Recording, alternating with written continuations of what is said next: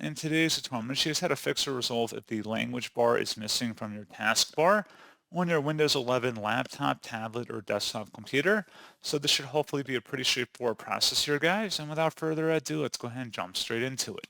So all you have to do is open up the search menu and search for settings. Best result, you come back with settings. Go ahead and open that up. On the left panel, select time and language. And then on the right side, select where it says typing. And then select advanced keyboard settings at the bottom.